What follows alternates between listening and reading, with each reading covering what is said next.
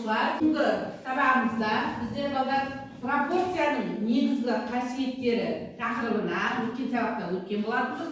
Бүгінгі сабақта сол пропорцияның негізгі қасиетін табуға есептер шығарамыз. Енді сабағымызды бастамас бұрын қазір сіздерді мен Казматч қосымшасы арқылы сіздерді 3 топқа бөлгім келіп отыр.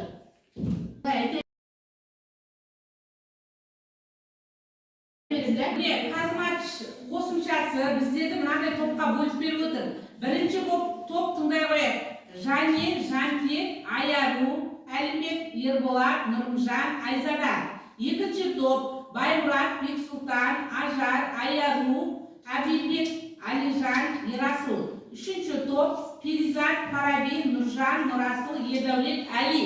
Ал осы айтылған топ бойынша топқа бөле қойыңыздар. Сабақтағы алған білімдеріңізді есіңізге түсіру үшін мен сіздерге серпілген доп әдісі арқылы сіздерден сұрақ қоямын, сол сұрақтарға жауап алғым келіп отыр.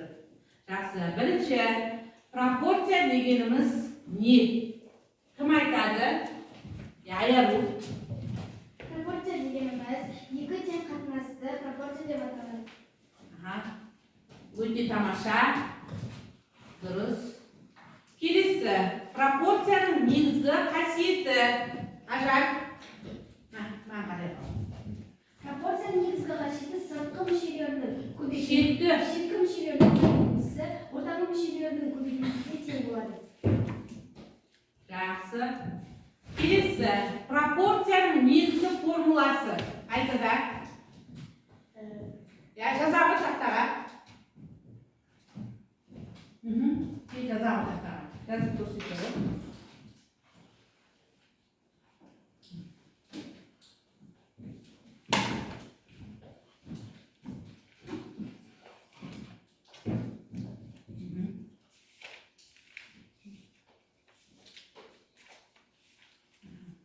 Жақсы, отыра ғой. Өте тамаша. Келесі. Ерасыл, саған берейін. Пропорцияның шеткі мүшелерін атай қойшы осы формулада. Амен бар. Амен? Амен Д. Амен Д болады шеткі мүшелері. Ал келесі, Баймұрат. Ортаңғы мүшелерін атай ғой. Омен С. Омен С. Жақсы балдар. Олай болса, сабағымызды ары қарай жалғастырайық. Келесі тапсырма біздерде балдар. Бұл жерде мынандай Леонид Эпсорг бағдарламасы бойынша мынандай тапсырма дайындап алып келдім сіздерге. Қазір соны орындай қояйық. Балалар, сіздерге WhatsApp группаларымызға жаңағы осы есептің несі жіберді, түсініктемесі, сол тапсырманы орындай қояйық.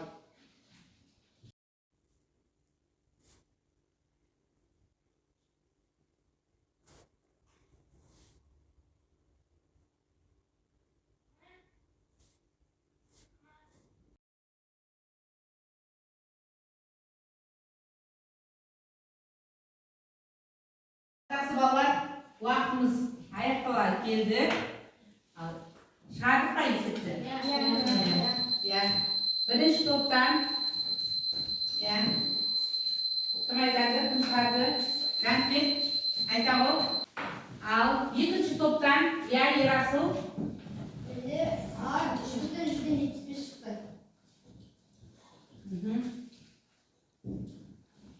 Дұрыс қой, балалар? Ал үшінші топтан Нұржан шығардың бар? Айта ғой.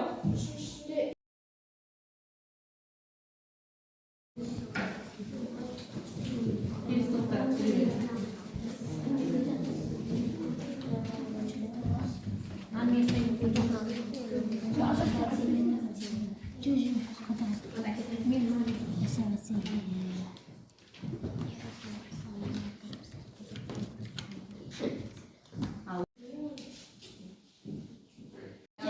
Жақсы, бірінші топтан бастап қарай қояйық.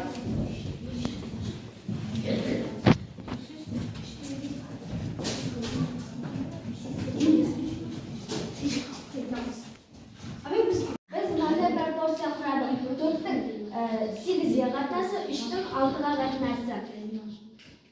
Енді де 24 шығады. Сонда олар пропорция болады. Дұрыс қой, иә, балдар? Өте тамаша. Отыра ойыңыздар. Бізде 6-ның 4-ге қатынасы, 3-тің 2-ге қатынасы шықты. Біздегі шыққан пропорция 4-тің 3-ге қатынасы, 12-нің 9-ға қатынасы. 4-ті Дұрыс па, балалар? Жақсы. Өте тамаша. Отыра ойыңыздар. Балалар, енді келесі сабағымыздың келесі бөлімі бізде есептеулерді орындаңыз дейтін жерде тапсырма және табылған жауаптарды сәйкестендірген кезде біздерге осы математикаға пропорция деген сөзді, яғни пропорция терминін енгізген римдік ойшыл, заңгер, философиялық жазбалары бар жаңағы саясаткер бір математиктің аты жөні шығады екен. Сондықтан осы жауаптарды есептеулерді орындап жауаптарды сәйкестендіре қояйық, иә? Мен сіздерге 3 минут уақыт берейін, таймер қойып қоямыз қазір. Жылдам кірісе қойыңыздар.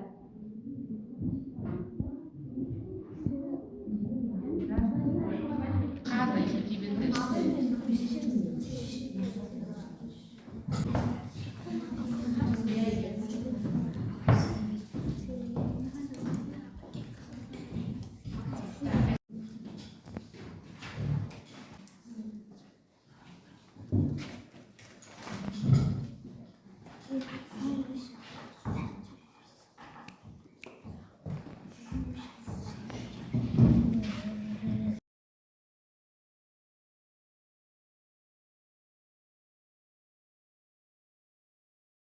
Әр топтан бір адамнан кері байланыс бере қояйық.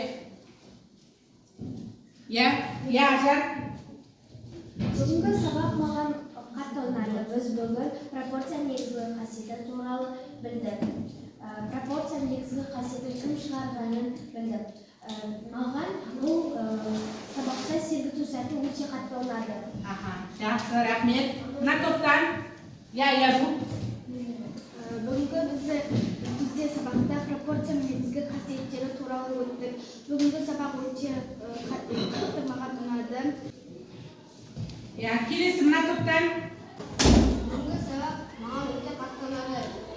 Біз бүгін адамның міндеттерін білдік. Маған сергіту сәті өте қатты ұнады. Жақсы оқушылар, бүгінгі сабаққа жақсы өте дайындықпен жақсы қатысқандарыңызға сіздерге рахмет. Сабақ аяқталды, демала қойыңыздар.